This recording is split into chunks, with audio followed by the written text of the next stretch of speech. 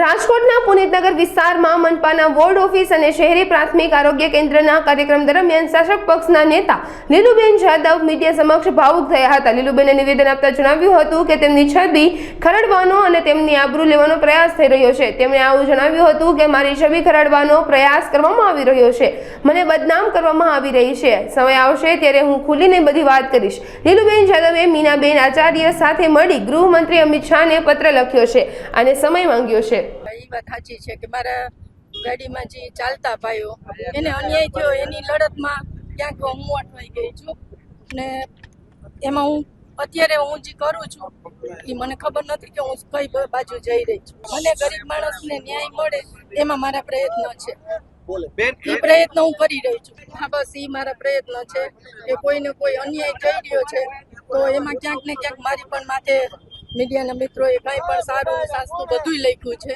તો એ ક્યાંક મને પણ દુઃખ છે કે આ ન થવું જોઈએ। કહું છું કે આટલી હદ સુધી ન લખવું જોઈએ।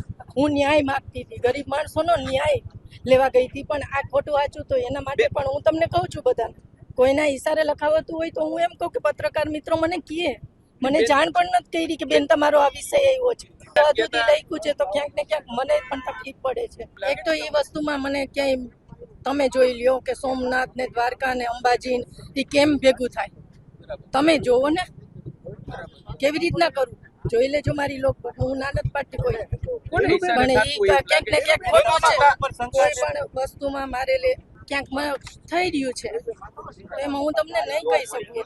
હું યાત્રા કરવા નથી ગઈ, હું ગાંધીનગર મારા કામ અર્થે ગઈ હતી ને પૂનમ હતી તો ત્યાંથી હું મારા પરિવાર સાથે ગઈ હતી અંબાજી। 100% હું તમને ના નથી પાડતી કે હું અંબાજી ગઈ હતી, પણ આ સોમનાથ ને ઓલું જે લખ્યું છે એ ક્યાંક મારા માટે ખબર નહીં। હા,